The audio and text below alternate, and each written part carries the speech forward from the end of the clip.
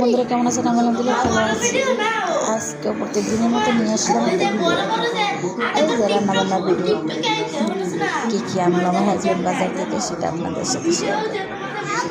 দেখেন কালা মাছ আনছি, তারপরে হচ্ছে টাটকা ফুলকপি, তারপরে ধনেপাতা, এই যে দেখেন শিম আনছে, আলু, তারপরে টমেটো, এগুলো দিয়ে রান্না করা শুধু একটু মজা হয়। খুব সুন্দর সবজি।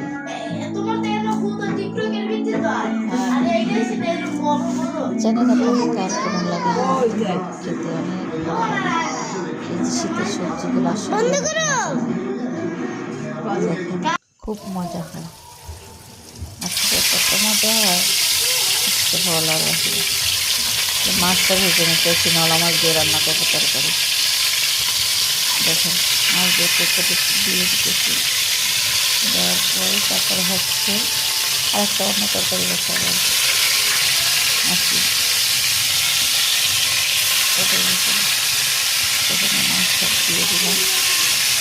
এখন হচ্ছে আপনার ভেজে নেবো সুন্দর করে। আমি ভেজে নিয়ে তারপরে তরকারি এই যে দেখেন, এখন আবার এখানে চিংড়ি মাছ বসাবো, তো সে কারণে মরিচ দিয়ে নিলাম। টমেটো রান্না করবো, চিংড়ি মাছের ভাজি করবো। টমেটো ভাজি করলে আসলে অনেকটা মজা হয়। চিংড়ি মাছ এই চিংড়ি মাছ দিয়ে খুব মজা হয় চিংড়ি মাছটা দিয়ে।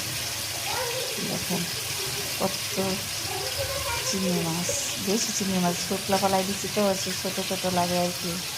কার কার পছন্দ চলে আসেন, চিংড়ি মাছ ভাজি খাবো টমেটো দিয়ে।